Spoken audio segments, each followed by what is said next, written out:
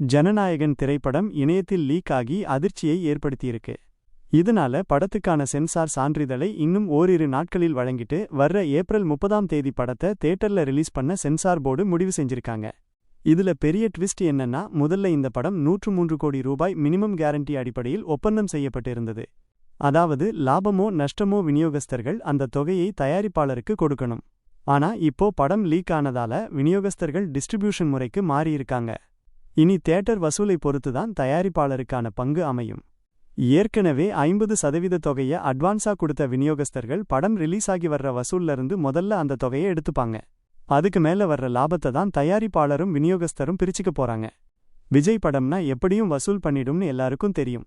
ஒருவேளை ஜனநாயகன் எதிர்பார்த்த வசூலை எடுக்கலன்னா அந்த நஷ்டத்தை கேவிஎன் நிறுவனத்தோட அடுத்த தயாரிப்பான டாக்ஸிக் படத்துல சரி பண்ணிக்கலாம்னு விநியோகஸ்தர்கள் இப்போ பேச்சுவார்த்தை நடத்தியிருக்காங்க.